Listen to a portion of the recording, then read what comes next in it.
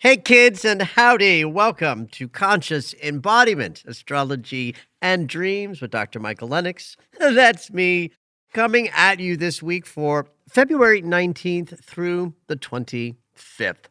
And I just want to say, I think we're going to be in a little more comfortable territory this week. The last couple of weeks were pretty intense because of the personal planets all following Pluto into Aquarius. That shift, that enormous shift of first Mercury, then Mars, and then finally Venus, moving into Aquarius, conjuncting with Pluto, certainly made the last couple of weeks very intense. We definitely have a slimmer week. We got a full moon over the weekend. Mercury's going to move into some debilitating territory on Thursday. Venus and Mars conjunct on Wednesday. That's some big news. But it's definitely going to be a little bit quieter this coming week than last 2 weeks. But let's start with a question. This is from Stephanie, who writes, "Not sure if you have answered this question before, but I'm interested in how to find the correct house in my birth chart for a particular transit using Placidus." That's the house system that most Western astrologers use. "Generally, I look at the exact degree of the transit and the house that is at that particular degree. But I think I once heard you say that the house of a sign in our birth chart is the house that it becomes within that sign. So if my fourth house started at 10 degrees of Cancer, but there is a transit at 5 degrees of Cancer, would I consider that to be in my third house or fourth?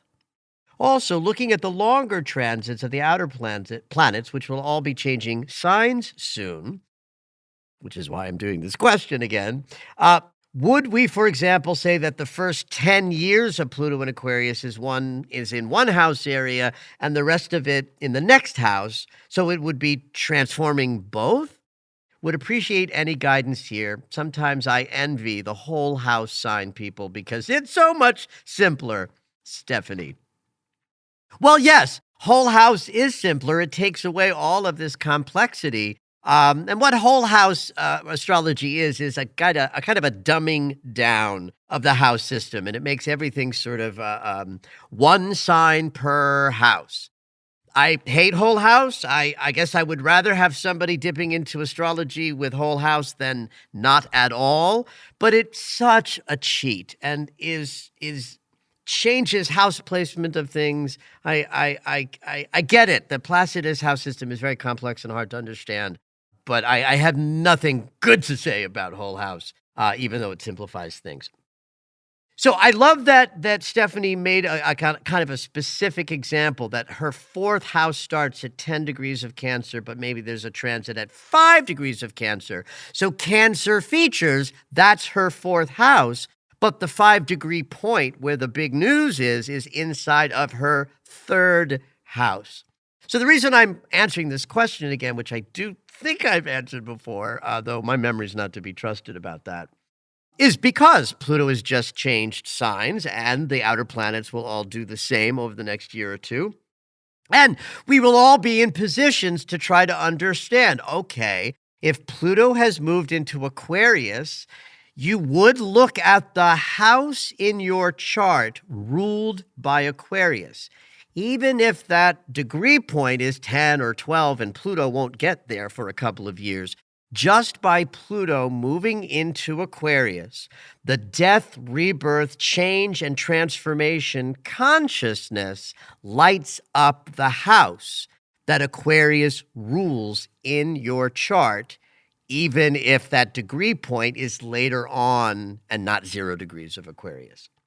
Right. So if we were talking about Cancer here, and back to Stephanie's sort of example, that while something happening at 5 degrees is in her 3rd house, it's lighting up her 4th, because the house ruled by a sign is the house that gets lit up when anything involving that sign is activated in the solar system. So if Pluto is in someone's, say, 3rd house and it's lighting up their 4th, but 0, 1, 2, 3, 4, 5, 6 degrees of Aquarius, where Pluto will be for the next couple of years, is inside the previous house, we don't think of that as relating to the house itself being where the transformation is. That's going to be the house ruled by Aquarius. What we then are considering with the planet in the previous house is transits that planet is making to other points or placements in the chart from the house that Pluto is in. So if Pluto is squaring your moon, there will be, disruptive transformations of an unconscious nature that might emanate from your thinking and perception, 3rd house consciousness, but it would still be lighting up your 4th house as relating to changes that are happening in home and hearth and what makes you feel secure. To wrap up, you definitely look at the house that the sign rules as the area of consciousness that's going to be lit up. But if the planet in question, and here I'm talking about Pluto, if you have any planet or placements at 0, 1, 2, 3, 4, 5 degrees of any sign, then by transit, Pluto will be touching those other planet placements, and you would think of the change and transformation represented would be coming from the house that Pluto is in, but also lighting up the house represented by the sign that Pluto is in this case, Aquarius. Again, I know this is a little, for some of you probably just have your eyes crossed and had a little, aneurysm trying to make sense of that. Hopefully some of you will get it. I know it's complex trying to do things that would be easier to explain if we were in a visual setting and not auditory. But hopefully this answers the question.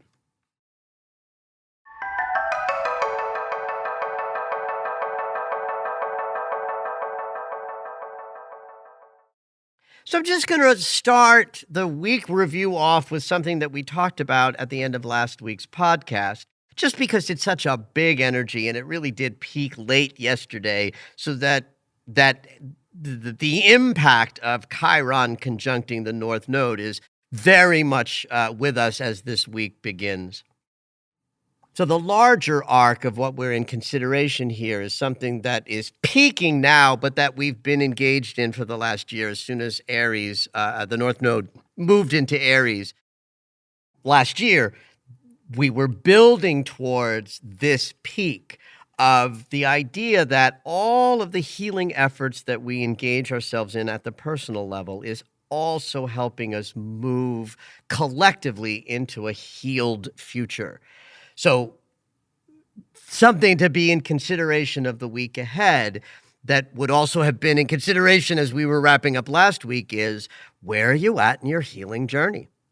There should be some way that you can go into a kind of a reflective place and say, yes, here's how I am moving forward more powerfully in a way that is being generated by having spent lots of time in the inner landscape, healing wounds, clearing the detritus of the inner landscape so that we can be more powerful in the world, moving our, personal agendas forward bit by bit. So don't be surprised if this week also includes ways in which how your healing journey is still important with regard to how you're choosing to move forward. It's definitely something to be in some consideration of, that the solar system is asking us to consider our healing journeys at this time. So it'd be a good idea to look in the mirror and ask yourself the same question: how's the healing journey going?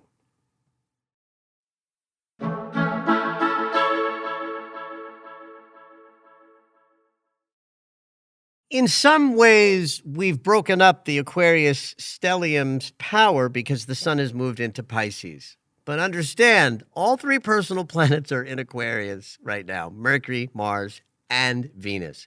In fact, we start this week with Venus still pretty close to Pluto, so we're not really completely out of the woods of the idea of our heart centers going through a little death and rebirth with that conjunction that took place last week. And in fact, as I said at the top of the podcast, this entire month has been particularly dicey because of all of the personal planets leaving Capricorn, entering Aquarius, and meeting up with Pluto. So as we move through this week, we're sort of softened a little bit by the sun having moved into Pisces over the weekend past. So we're now in a different mansion. We're in the mansion of considering our oneness, our connection to all, the collective sense of forgiveness and compassion that Pisces invented. But our personal planet consciousness is still in the innovative, intuitive sign of Aquarius. And those personal planets are fresh from their meeting with Pluto. So they're like all vibrating with the capacity to change and transform and die to self to be reborn. So specifically, I'm talking about Mars and Venus because they're hanging out together where Mercury was sort of ahead of the pack, right? So Mercury is at the end of Aquarius. He'll be actually changing signs in a minute. I'll be talking about that. But in the middle of this week, on Wednesday, Venus and Mars are going to come together in an exact connection moment on Wednesday at 7 degrees of Aquarius. Now, this is a regularly occurring experience in astrology. Roughly once a year, the planet that represents our bodies, our choices, and the masculine principle that lives in us of doing and taking action. And Venus, the planet of our emotional body, our wants and needs, how we relate to love and intimacy, and the feminine principle of being as it lives in us, they come together roughly once a year. It changes a bit depending on who's going retrograde and when, because that changes the tempo of how their orbits bring them together. But when they come together, we pass through a subtle but very powerful personal level integration of masculine, feminine that lives inside each of us. Now, because they're personal planets, they impact all of us at the personal level. So everybody on the planet is being impacted this week by Mars and Venus coming together. Everybody, nobody escapes this. Why this particular coming together, I think, is so valuable is because they both just connected with Pluto, and this conjunction on Wednesday, from Pluto's perspective, is in the same breath as his meetup with Venus and Mars last week. So the whole gestalt of the transit in a bigger picture way includes last week's death rebirth meetup with change and transformation as a possibility. And then we move this week through the kind of integrating at the personal level of what we are learning, what we are changing, how we are transforming in how we choose and decide, Mars, how we feel and allow our emotions to guide us, Venus. So the connection from these two planets to Pluto alone would be life-changing and transformative in terms of how we choose and decide and how we share love and intimacy and relate to our finances. I always forget to mention that Venus rules our finances. How you relate to money can be being transformed at this time. But it's the coming together of Venus and Mars this Wednesday, I think, that's going to put a button on the outrageous intensity of the last 2 weeks. That we've sort of been in a bit of a psychic surgery with the personal planets, dancing with Pluto. And then this integration moment this week to me is like the rehab of that surgery. So just look for ways where, as a result of passing through this week, you just feel a little bit more integrated with how you feel and what you want to do. The fact that they're meeting up in Aquarius means that we are being empowered to take more risks, to be more innovative, to move outside of the box, to be guided by our intuition.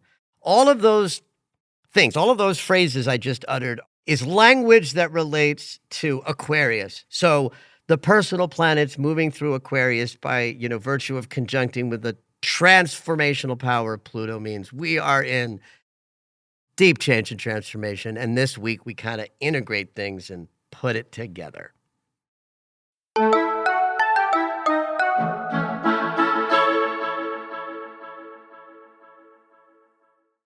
So outside of the connection between Venus and Mars, I don't have anything to say about my weekly Venus updates. I've been sharing a lot about Venus's activity and the retrogrades of the past and the eclipses that she ruled last year. So I've been giving updates about what Venus is doing. And outside of the connection with Mars this week, there isn't much to mention. But there's big news in the Mercury department, kids, because Mercury's changing signs on Thursday. He's still in the free and clear period, so we're not in any danger of retrograde shenanigans. But Mercury is moving into a sign that he is doubly debilitated in, the sign of Pisces. Mercury's in his fall in Pisces and his detriment. It just means there's two ways that Pisces is a sign that's opposite a sign that he's, exalted and in rulership of. He's so happy in Virgo in terms of how we define what we call the dignities in astrology. Mercury is doubly happy in Virgo. It's the sign of his rulership and of his exaltation. The rulership means he rules that sign. He's most comfortable there. And so Virgo becomes a sign of communicative mastery because of what we call rulership. But there's also this principle of exaltation, which comes out of Babylonian astrology, which is just certain signs that a planet is considered to be particularly happy in. And it just so happens that Mercury is both exalted and in rulership in Virgo. So the sign opposite a planet's rulership and opposite the planet's exaltation is debilitated. We call it detriment if it's the opposition to the rulership, and we call it fall if it's in opposition to the planet's exaltation. And like I like to say, it's like, who cares about that data? What you need to know to really understand this is built in the archetypal sensibility. Mercury requires precision, and there's no precision in the watery mansion of Pisces. So for the 2.5 weeks that start this Thursday, you can expect communication to be a little bit more befuddled, a little more error-prone because of lack of attentiveness to details. It's not quite the same as a retrograde, but similarly, when Mercury is in Pisces, you want to dot your I's and cross your T's an extra time whenever communication and details count, because Mercury in Pisces is debilitated in this way, that down with the fish that are swimming below the ocean that don't even know that there's a world up here, Mercury can't think quite as precisely or clearly, and that will last for 2.5 weeks, starting this Thursday.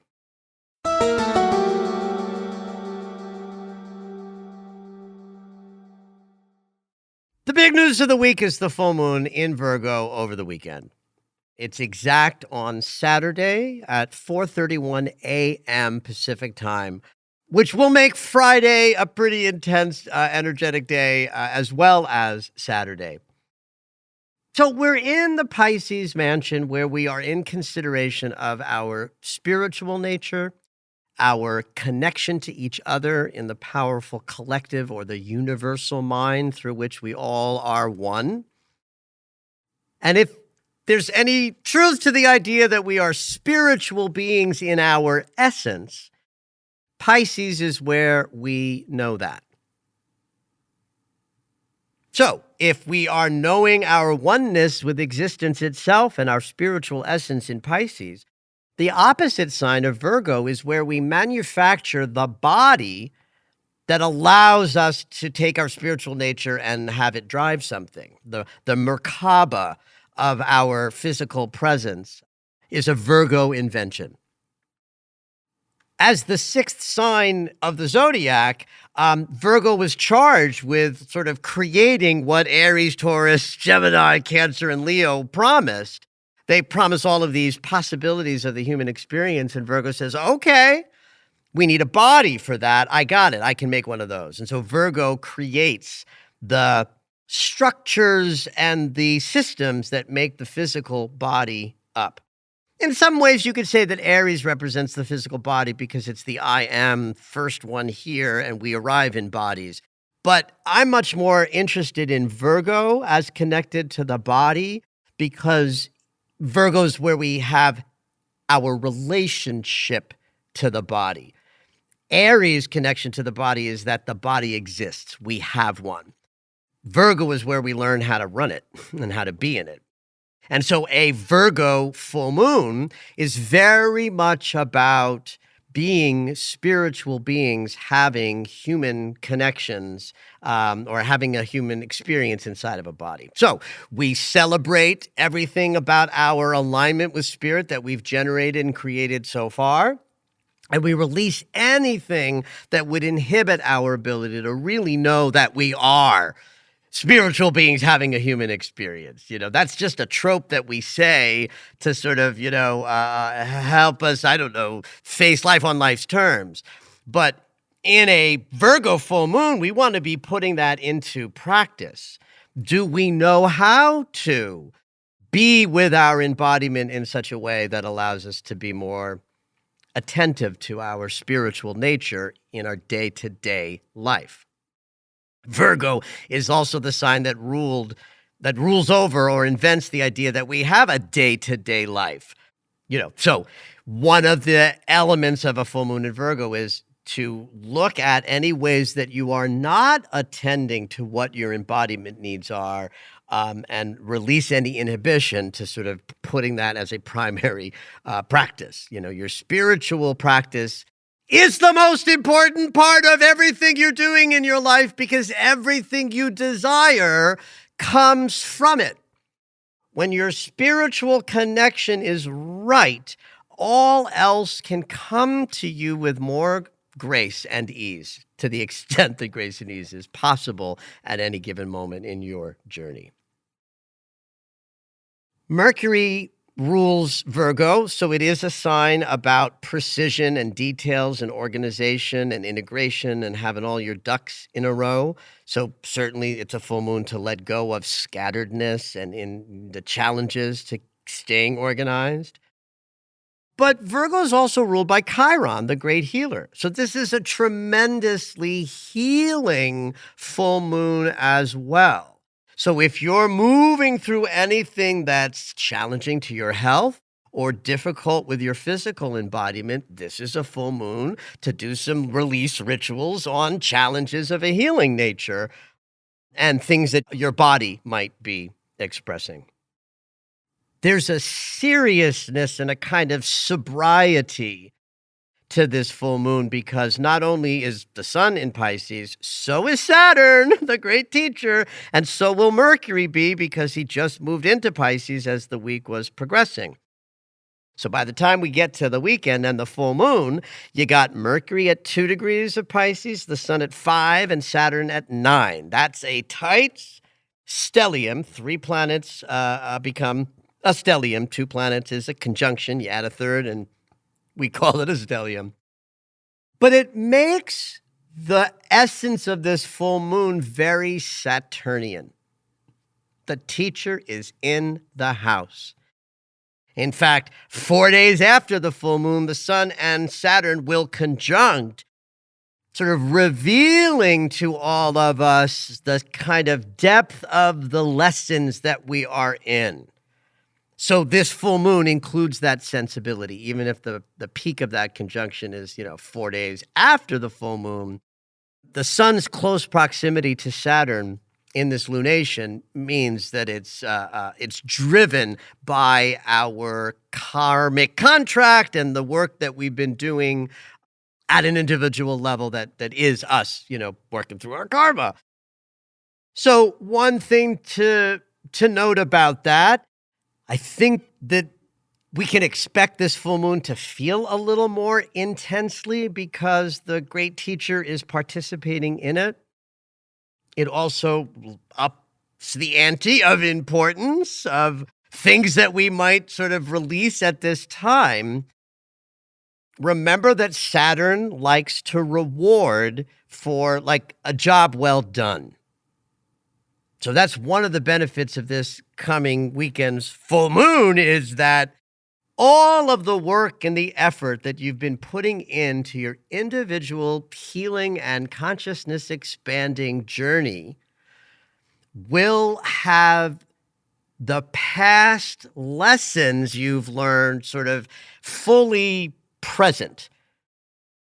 So we're more ready to move through a deep release of a Virgo healing full moon because Saturn has prepared us to meet a moment like this that says, all right, I'm a little more integrated than I was. I'm a little more in alignment between masculine and feminine principle because Mars and Venus have been through the dance with Pluto. They've got their marching orders to allow for great change and transformation to take place. As we move through this week, they came together by conjunction, and that conjunction will be part of this full moon.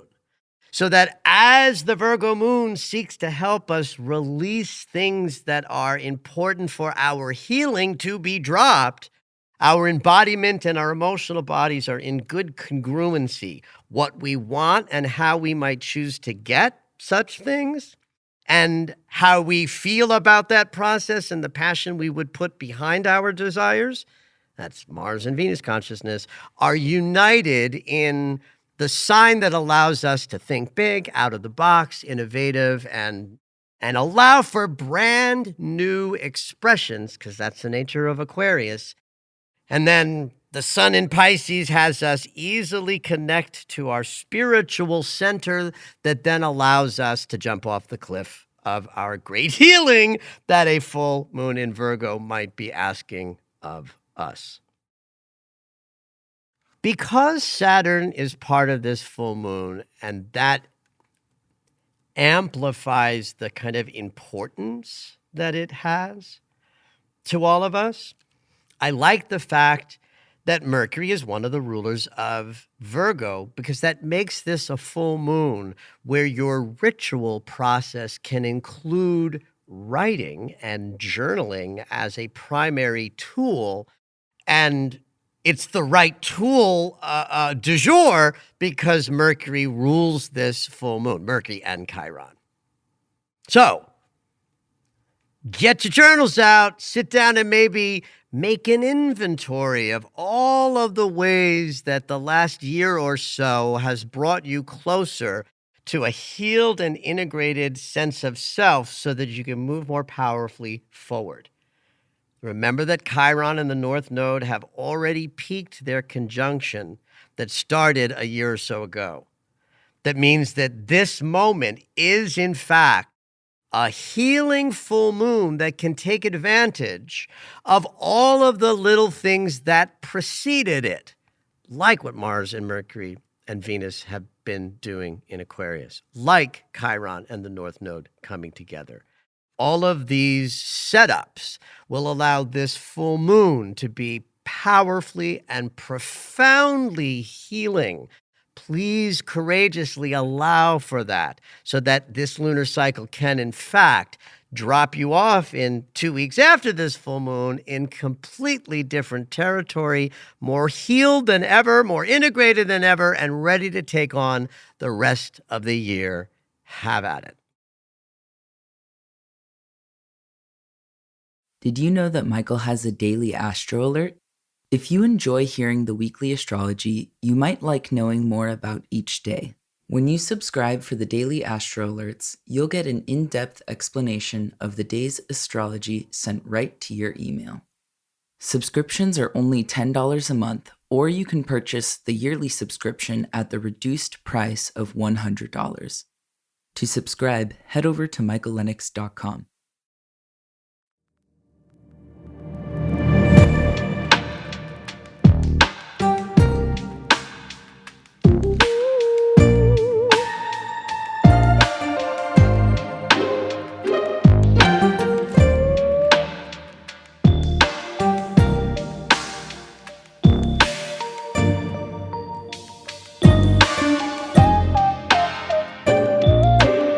right, it's dream segment time. Every week, Dr. Michael will interpret dreams that are sent in via email or take a live caller. If you would like your dream interpreted on the podcast, you can go ahead and email us at dreams@michaellennox.com. Hopefully your dream will make it onto the show.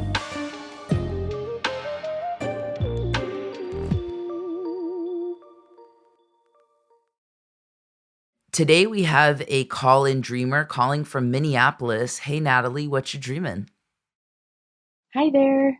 I have a dream happened a while ago, so I'm just going to read it because it's not so fresh. But I had a dream where I was driving downtown in here in Minneapolis in my car, and two men in their late 20s, probably. I don't know why that was significant to me, but that came to mind in the dream. Were driving alongside me. They were trying to get my attention in a joking sort of way, but I remember perceiving it as intrusive and like harassment. And at one point, I was looking out my passenger window and I heard honking. I looked to the driver's window, and the man in the passenger seat of the other car driving alongside me had reached his arm into my car and was honking my horn. And he and his friend were laughing.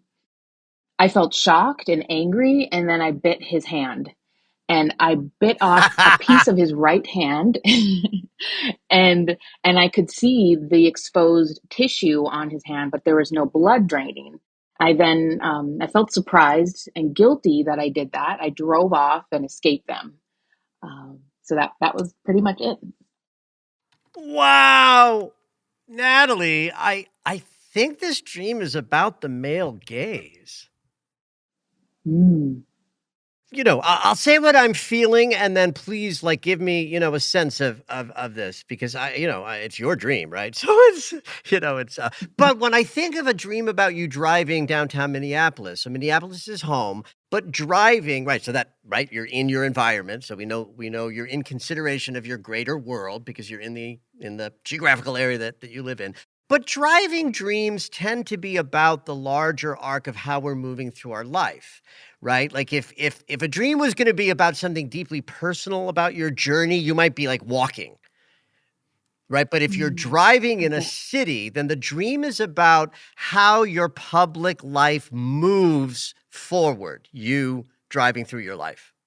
So the idea that there are these two men in their late 20s, right there, we know we're in a kind of masculine consciousness. You don't know why their late 20s age is significant, but we know that it is because you've told us so. So I have a perception as a 60-year-old man who's also, thoughtful and been on the conscious path. If I think of an age where men are the worst, it might be late 20s. That's my personal projection. Do you have any sense of that? You said that it seemed important, but outside of that, it seemed important. Any thoughts or feelings about them or their age or your clocking of them?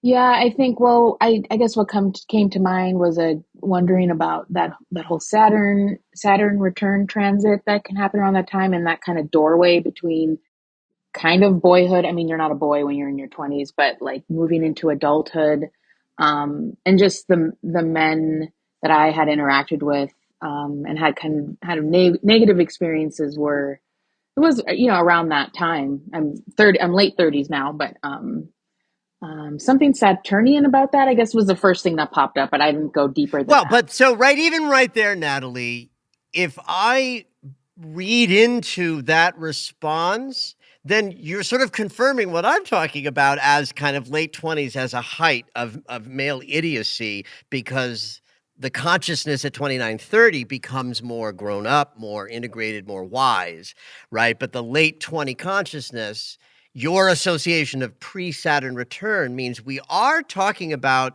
an underdeveloped masculine principle. Now, it's your dream, which means it's about you and your movement through life. It's the simultaneous parallel driving that makes it seem like you're dreaming about things that happen alongside of you as you move through the world, like men invading your space, men shoving the male gaze in a direction that's problematic, men reaching into your space, kind of assuming that they get to toot your horn. The tooting of a horn is an Mhm. expression of power. I'm in control. I'm in power. This is my vehicle. I get to alert you to my presence for my own impetus. I honk my Mhm. horn. But a Mhm. man driving by, invading your space, and it's his right hand, so there's an aggressive masculine sense of the right over the left, is in your space declaring things that, in the tooting the horn declaration thing, right? So Mhm. these images are why I'm perceiving this male energy as stuff that you have to grapple with as you drive through your life. Yeah, What is your, what is your experience as a woman in the world? It's such an interesting time to be a woman in the world of men, right. and thinking about dating and intimacy and behavior and Yeah.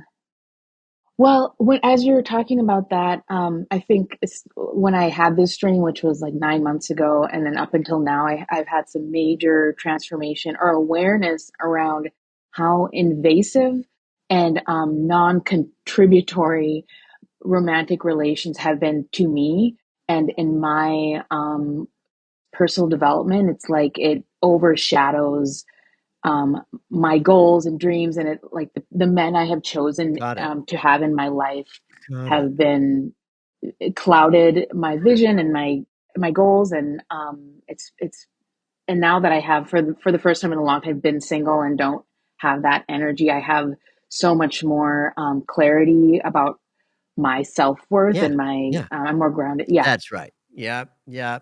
And a sense of autonomy and that you're driving, your own, vehicle where you want it to go. And so then this dream comes along 9 months ago to sort of show you like the impact of this scenario in your life right now. And here we are talking about it 9 months later. And it's like, I love the way your journey has brought you into a greater sense of empowerment of you in the driver's seat. This way, should there be another romantic connection that comes into your life, that you drive toward it and not get like sort of, pushed into Right. it and then, inadvertently, knocked off your path. You know, Mm. part of why I also went to the external masculine invasion consciousness was the idea that they're trying to get your attention in a joking way, but it clearly feels intrusive, which is the sort of gaslighting nature that sometimes happens out there, Yeah. in this battle, which is, "Oh, I'm just kidding. Oh, I'm just joking. Oh, you're too sensitive. You're too," which is a common Yeah. trope for men to declare about women they're intimidated by. Yeah, and I see that definitely the external, and then now as you're talking about it internally, my choices with like romance and fun and all that fifth house stuff was like I thought it was harmless and it didn't really impact how I moved in the world. And now hindsight, I'm like, wow, that really Mm, what was it just fun and really like harmless, does. having a good time is like Yeah. hurtful and painful and caused a lot of Yes. unnecessary pain. Yeah. Yes. Yes.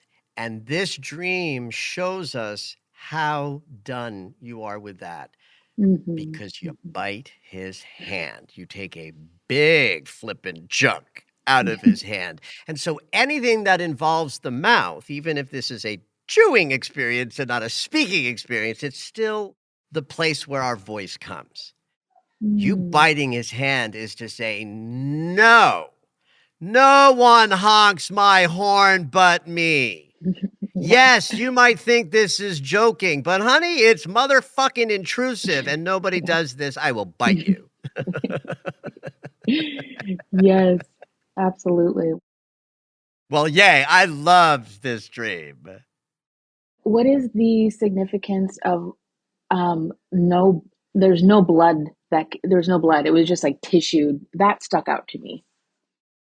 Oh, what a great question. Let's see. What do I want to say about this? Well, you know, one thing that always happens in dream imagery and waking life imagery is we always have to remind people that, symbolism in dreams can be positive, that if they were to happen in waking life, it would be very negative. Like there are things that are really positive in dreamland that you'll be arrested for in waking life.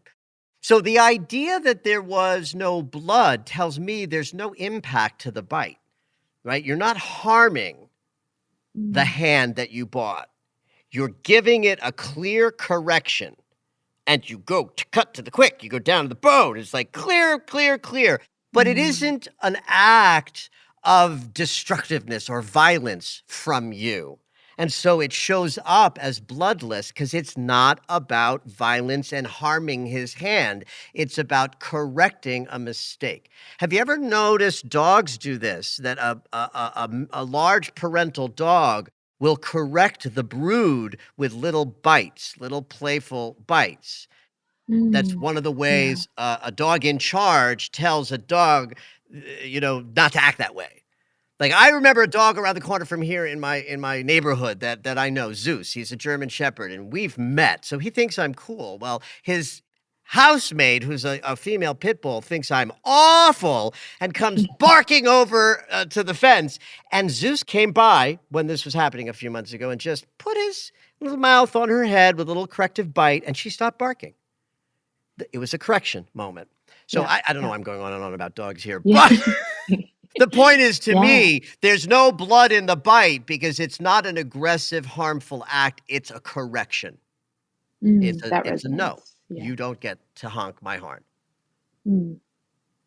So Yeah. it's not a dream about your, awful impulses to hurt men with your teeth. Right. Yes, that makes a lot of sense. It's like clear Yeah. without harming. Yeah, Yeah. clear. You Yeah. put your hands where it didn't belong. Here's a boundary. This is like what a true boundary is, right? Right. People mistake requests for boundaries when, they think, well, the boundary is that I asked him not to honk my horn. It's like, that's not a boundary. That's a request.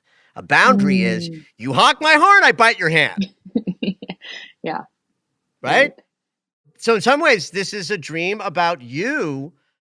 It's an interesting moment you're in, right? Because you do the behavior, you correct the action or you correct the error, but you're a little surprised and guilty, right? So that's the stop shot. Own the behavior of keeping your road and your vehicle yours, and there's still a little bit of guilt, which I'm guessing most women would have to move through, or forget about women. Anybody who's trying to find their voice powerfully will have to go through a period where the boundaries are settable and there's still a little bit of guilt. Yep. But man, the dream shows us that the integration has occurred. Yes. Oh, that's so cool to get like a hindsight, go backwards and then see how it matches up with my awareness. Yeah. Now. Of the Really last 9 cool. months. I love it. I love it. I love it. I love it. Yay. Thank you, Natalie. Thank you so This much. was great. Yay. Thank you for listening to Conscious Embodiment, Astrology and Dreams with Dr. Michael Lennox. You can find us on Apple Music, the iHeartRadio app, and anywhere you find your favorite shows. Head on over to michaellennox.com for information on astrology readings, the Daily Astro Alert subscription, upcoming classes, and to join the mailing list.